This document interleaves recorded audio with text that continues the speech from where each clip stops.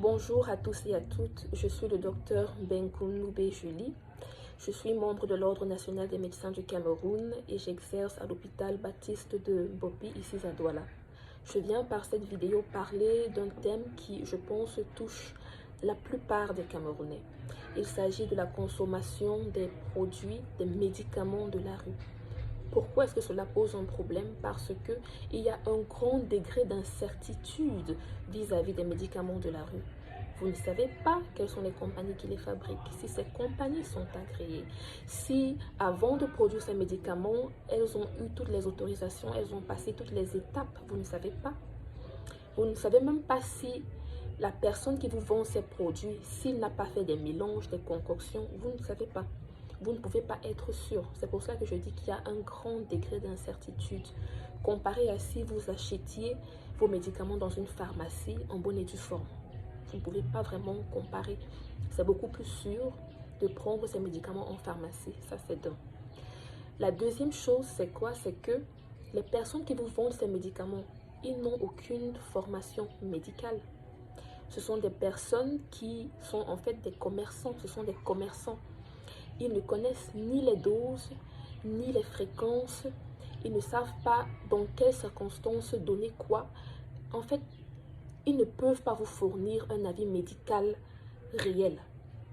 Donc, je pense que vraiment consommer ces produits, les acheter tout bêtement comme ça dans la rue, c'est s'exposer à de grandes conséquences néfastes pour votre santé. Je vous parle tout bêtement comme ça d'un cas qui m'est parvenu à l'hôpital. En fait, c'est un patient qui vient, quand il me raconte à peu près quand il me raconte ce qui lui est arrivé, il me dit qu'il souffrait d'un mal de dos. Et pour son mal de dos, il est allé voir quelqu'un qui vendait des médicaments à côté et la personne lui a donné des antidouleurs. Il a pris les antidouleurs, ça n'allait pas trop fort, il est revenu et on lui a donné les mêmes antidouleurs mais avec à des doses beaucoup plus élevées. Je ne vais pas citer les noms, je ne vais pas entrer dans trop de détails pour ne pas vous ennuyer un peu. Mais il s'avère que la dose qu'on lui a donnée était 3 fois supérieure à la dose maximale des produits. Certes, ce sont des produits qui fonctionnent. C'est vrai que dans ce cas, on lui a vraiment donné les anti-inflammatoires qu'il fallait pour soulager sa douleur, mais la dose était bien trop élevée. Et la complication de ça, c'est quoi? C'est qu'il a développé un ulcère gastrique. Et l'ulcère gastrique a énormément saigné au point où il est entré dans ce qu'on appelle un choc hypovolémique, c'est-à-dire que tu saignes énormément et ton corps ne peut pas supporter. Donc tu tombes dans un choc. C'est une situation très grave, c'est une urgence médicale. Il aurait pu mourir. Alors vous voyez qu'il a failli perdre la vie tout simplement parce qu'il allait voir quelqu'un au coin de la rue qui a failli le tuer.